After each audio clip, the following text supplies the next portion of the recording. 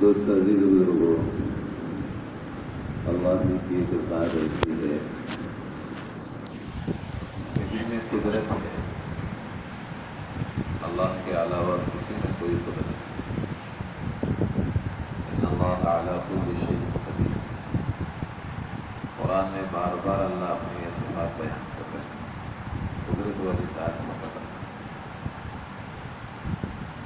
جناب کریم صلی اللہ علیہ وسلم نے ارشاد فرمایا، قیامت میں لوگ تین قسم پر اٹھائے جائیں گے۔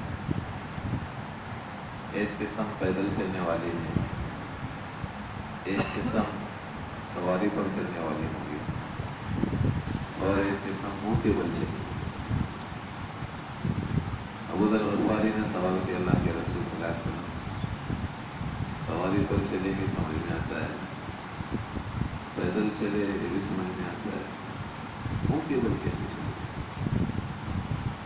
اللہ کے رسول صلی اللہ علیہ وسلم نے ارشاد فرمایا، جو ذات سواری پر چلانے پر قادر ہے اور جو ذات پیدل چلانے پر قادر ہے، وہی ذات منہ کے بل چلانے پر بھی قادر ہے۔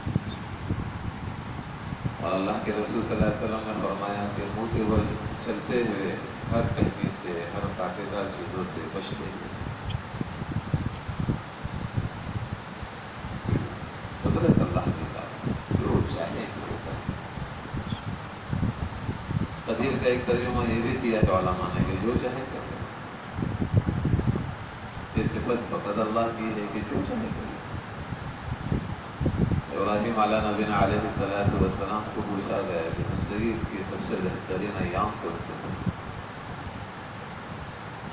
کہ میری زندگی کی سب سے بہترین ایام آپ کی تھی، کہ جب مجھے بھوک لگتی تھی تو میرے اللہ آگ میں انار کا درخت ہوگا، ورنہ دیکھے تو لکڑی اور آگ دونوں ضد ہے،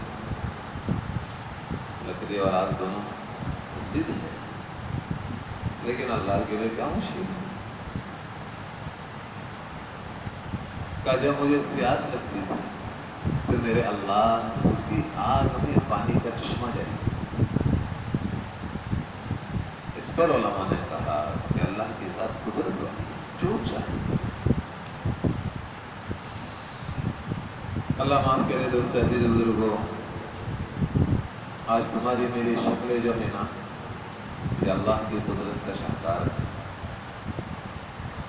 ورنہ دنیا میں کوئی بھی آرکیٹیکٹ پانی پر تصویر نہیں بنا سکتا، اور کوئی بھی بنانے والا اندھیرے میں تصویر نہیں بنا سکتا۔ اللہ رب العزت نے تمہاری میری تصویر پانی پر بنائی۔ کس پر بنائی؟ پانی پر تصویر۔ عجیب بات علماء نے لکھی ہے کہ پانی کے اوپر پہلا ہلکا سا نقطہ لگا دیتے ہیں، وہاں اس کا یہ دل ہوتا ہے۔ اللہ ہی کر سکتے، اللہ کے علاوہ کوئی نہیں کر سکتا۔ اور بنانے میں فی ظلمات ثلاث، قرآن میں اللہ خود کہہ رہے کہ 3 اندھیروں میں بنا دے۔ علامہ محدثین نے لکھا، ماں کا پیڑ ایک اندھیرا، اور ہمدانی ایک اندھیرا، اور اس پر پتلی سی جھلی وہ ایک اندھیرا، 3 اندھیروں میں اللہ تصویر بنا دے۔ عجیب بات۔ اور تصویر بنائی تو کتنی خوبصورت بنائی اللہ نے۔ والذی یصورکم فی الارحام کیف یشاء۔ بنانے میں بھی اللہ کی قدرت ہے، نکالنے میں بھی اللہ کی قدرت ہے۔ علماء نے کہا کہ جب پیدا ہونے کا وقت آتا ہے تو فرشتہ ماں کے رحمدانی پر پڑ مارتا ہے۔ لوگ انتظار میں لوگ کہتے ہیں بچہ ٹیڑھا ہے، پیچھے ہے، پاو آگے ہے، صاحب بکواس۔ جب رحمدانی پر پڑ مارتا ہے تو اللہ کے رسول صلی اللہ علیہ وسلم نے فرمایا کہ رحمدانی کا منہ کھل جاتا ہے، پھر فرشتہ اپنی پڑ پر بچے کو باہر کھینچتا ہے۔ لیکن اللہ معاف کرے، باہر نکلنے کے بعد سب سے پہلا سوال ہوتا ہے، نارمل ہوا؟ کون سی دواخانے میں وہاں ڈاکٹر کون تھا؟ اللہ فرمائے کہ تم میرے ساتھ شرک کر، کہ بنایا ہم نے تالا رحمدانی کا منہ ہم نہیں کھولا، اور باہر بھی کس نے نکالا؟ اللہ نے۔ ہم کہے کہ اللہ تو نے اپنی قدرت سے باہر نکالا، کرو۔ اور یہ بھی یاد رکھنا دوست عزیز بزرگوں، ایک ہی بات ذہن میں ہر آن کہ بس قدرت پر کرنے والی ذات فقط اللہ کے علاوہ کوئی کچھ نہیں کر سکتا۔ علماء نے کہا مخلوق کی صفت عاجزی ہے، مخلوق کی صفت محتاجگی ہے، اور خالق کی صفت بے نیازی ہے۔ تو میں مخلوق ہونے کے ناطے محتاج ہے، اور اللہ خالق ہونے کے ناطے بے نیاز ہے۔ بڑوں کی بڑی بات ہے، اتنے بے نیاز ہے کہ جن محکموں پر فرشتے ہیں اس محکموں کو چلانے کے لیے فرشتوں کی بھی محتاج ہے، باقی ذات ہے۔ اللہ رب العزت نے نوح علیہ السلام کی قوم کو عذاب دیا تھا پانی سے، تو اللہ نے فرشتے کو نہیں کہا کہ پانی برسا، ورنہ پانی پر فرشتہ متعین ہے، اس کے ہاتھ میں چھری ہے، پانی کا ہر قطرہ اس سے گزر کر نیچے آتا ہے۔ لیکن جب اللہ کو عذاب دینا تھا تو میکائیل کو نہیں کہا میکائیل بارش برسا، اس محکمے پر فرشتے تھے، ان فرشتوں کو نہیں کہا کہ پانی برساؤ، اللہ نے براہ راست پانی کو امر دیا، پانی تو بہہ جا۔ قرآن کہہ رہا ہے اس کو کہ جس طرح اللہ نے حکم دیا انا لما طغى الماء، پانی میں طغیانی آ گئی، عجیب بات، ایسی طغیانی آئی، میکائیل اور ان کی جماعت اس پانی کو پکڑ رہی تھی، لیکن پانی بہہ رہا تھا، ایسا بہہ رہا تھا کہ جنگل میں جانور چل رہے تھے، ان کی سینگوں سے پانی اڑ رہا تھا۔ سوچو تو ذرا، کہا سینگ اور کہا پانی کا تصور، لیکن قدرت اتنی اللہ کی کہ سینگوں سے پانی اڑا رہے تھے۔ ماں بہنیں تندور میں روٹیاں پکا رہی تھی اور تندور سے پانی اڑ رہا تھا۔ تو اللہ کے رسول صلی اللہ علیہ وسلم نے فرمایا کہ اس وقت پانی میکائیل کا اور فرشتوں کا نافرمان تھا، لیکن اللہ کا فرمانبردار تھا۔ اس وجہ سے ہم نے کہا اللہ کبھی بھی کسی گھڑی میں بھی کسی کے محتاج نہیں، اس لیے ان کی شان ہی بے نیازی ہے۔ اور تمہاری میری شان کیا ہے؟ ہم سب محتاج ہیں۔ دو بات، جب تمہاری میری ذاتی محتاجگی ہے، تمہاری میری ذاتی عاجزی ہے، ہی گزارش آپ سے کوئی بھی مرحلہ ہے، اب ہم کہے اللہ یاد پیغام ہے، ہم کہے اللہ کہے، بس کوئی نہیں کہے۔ اللہ کے رسول صلی اللہ علیہ وسلم کے پاس ایک شخص آیا اور اپنی بات رکھی، بات پوری ہونے کے بعد اس نے کہا اللہ جو چاہے اور اللہ کے رسول جو چاہے، بڑی بات ہے، اللہ جو چاہے اللہ کے رسول جو چاہے۔ اللہ کے رسول صلی اللہ علیہ وسلم نے فرمایا کیا تم نے مجھے اللہ کے ساتھ شریک کر دیا؟ اللہ جو چاہے اللہ کا رسول جو چاہے، کیا مجھے اللہ کے رسول کے ساتھ تم نے شریک کر دیا؟ فرمایا چاہت صرف واحد قہار، یہ کلمہ بھی کہنے سے اللہ کے رسول صلی اللہ علیہ وسلم نے مت کہو، مت اتنا ہی کہو کہ چاہت فقط دنیا میں ہمارے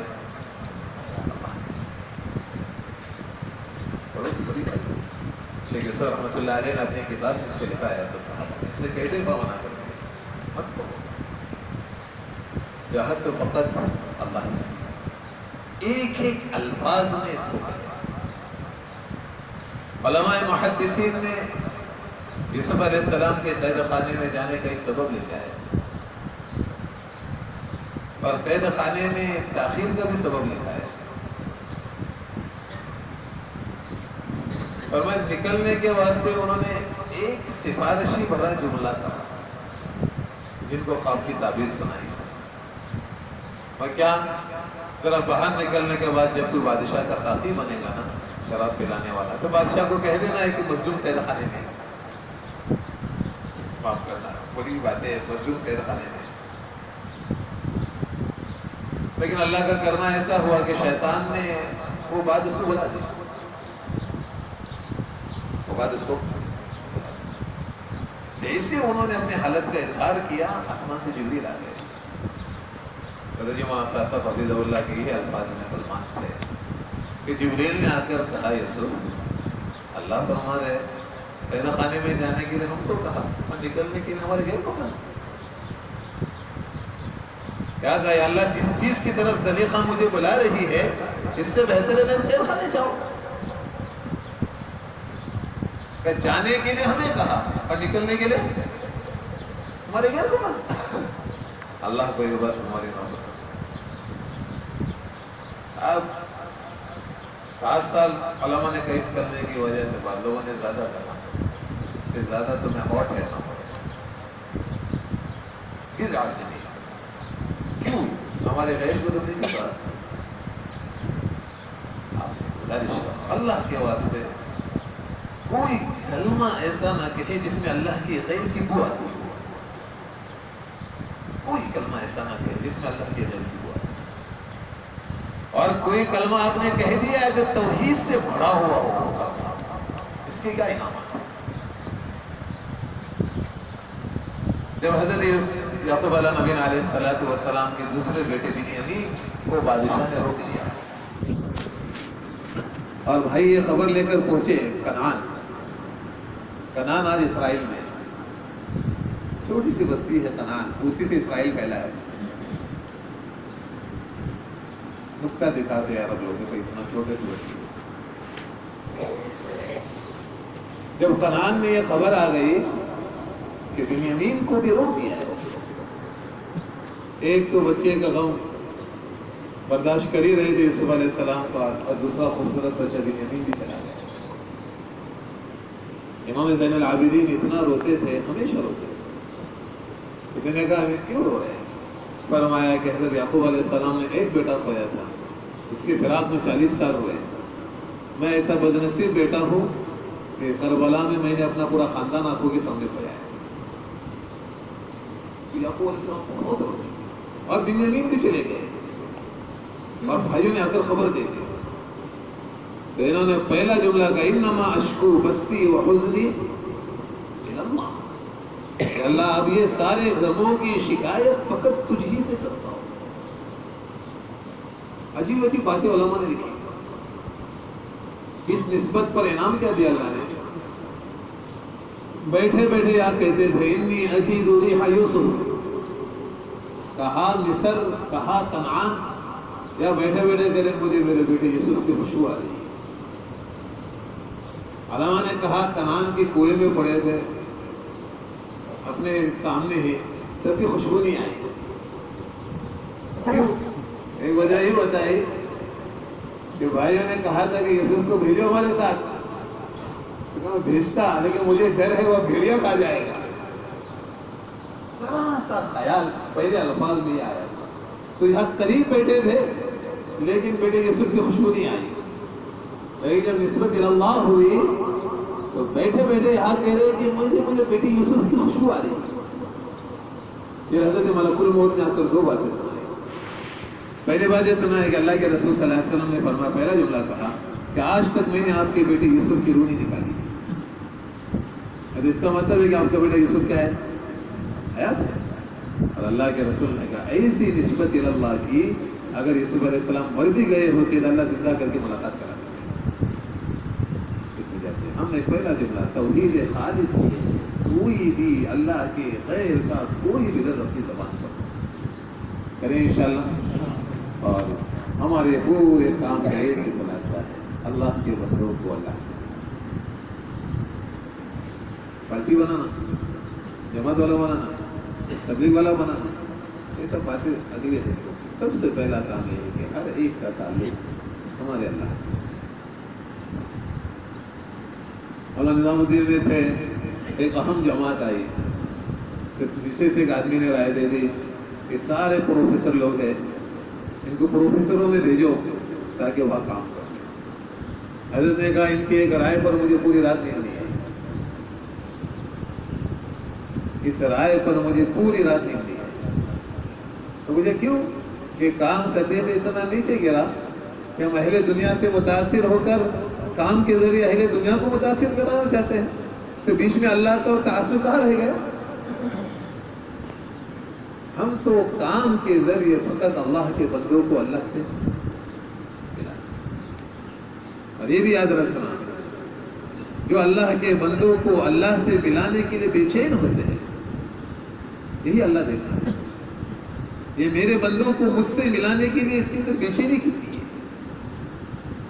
انبیاء کرام کے اللہ کے یہاں خاص مقام کی وجہ یہ ہوتی ہے کہ میرے بندوں کو مجھ سے ملانے کے لیے کیا ہے؟ بے چینی۔ یہ اللہ ضرور دیکھتا ہے، اور یہ بے چینی تمہاری میری مدعو کی دل کو پلٹ دیتی ہے۔ ہم کیا سمجھتے ہیں کہ ہمارے مذہب میں تبلیغ والے ان کا کام ہے؟ نہیں، یہ تو محمد صلی اللہ علیہ وسلم کی شان ہے بے چینی۔ محمد صلی اللہ علیہ وسلم کی دلوں کی بے چینیوں پر دلوں کو اللہ پلٹ دیتے ہیں۔ اللہ کے رسول صلی اللہ علیہ وسلم کو بہت برا بھلا کہا ابو جہل نے، اور ایک روایت میں کہ زخمی کر دیا۔ ان کی باندھی ایسی ہی راستے پر خریدی حضرت حمزہ کے، اتنا اندر سے غم سے بھری ہوئی تھی۔ آج بھتیجے کے ساتھ کیا معاملہ ہو گیا؟ ایک روایت میں کہ ان کی بیوی تھی، جیسے حضرت حمزہ شکار سے واپس آئے تو کیا ہو گیا پتہ نہیں، آج آپ کے بھتیجے کے ساتھ کیا ہو گیا؟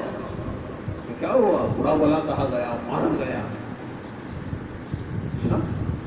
روایت میں آتا ہے کہ کعبہ کا طواف ہو گیا۔ ابو جہل صفا پہ بیٹھا ہوا تھا اپنی پوری جماعت کے ساتھ،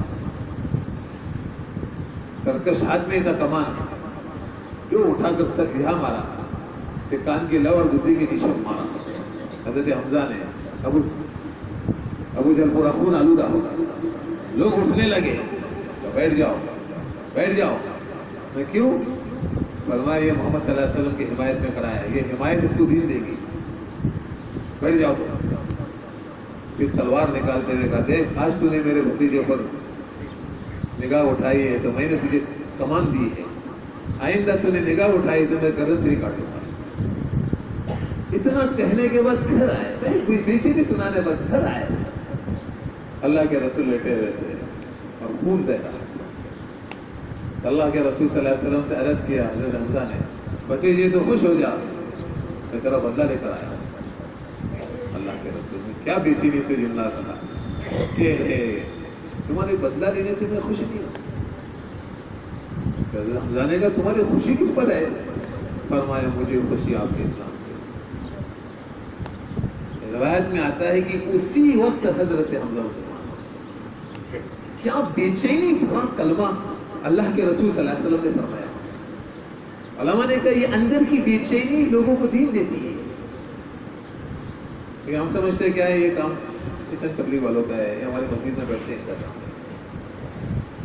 جوراجا اور خالد بن ولید دونوں دشمنوں کی صف میں مل گئے، یہ روم کے سپہ سالار، یہ مسلمانوں کے سپہ سالار، دونوں کرنل آپس میں مل گئے۔ اور جب دونوں گھوڑے مل گئے اور لڑنے کا نکھرا بجے گا، اس سے پہلے تو خالد نے ایک جملہ کہا، اے جوراجا اب یہ وقت ہے کہ تم مسلمان۔ حضرت سے ہم نے سنا کیا بے چینی کے ساتھ حضرت خالد نے کلمہ پڑھا۔ ایک دوسرے کے جان کے پیاسے ہیں، دونوں کرنل ہیں، ایک دوسرے کے جان کے پیاسے، اس وقت بھی یہ جملہ جوراجا اب بھی وقت ہے تو مسلمان۔ جوراجا نے دیکھا کیا بات ہے، فرمایا جوراجا نے کہا ٹھیک ہے میں مسلمان ہوتا ہوں۔ روایت میں کہ حضرت خالد اپنے خیمے میں لے کر آئے، ایک بالٹی پانی ڈال دیا اور جوراجا مسلمان۔ حضرت ابو ہریرہ نے کہا اسی لڑائی میں جوراجا شہید ہو گیا، اور کہا ایک بھی نماز نہیں پڑھی سیدھے جنت چلے جائے گا۔ دیکھو میں کس سے نہیں سنا، یہ بے چینی بتا کہ ان کی دلوں میں بے چینی کیا تھی کہ ان کا تعلق کس سے ہو جائے۔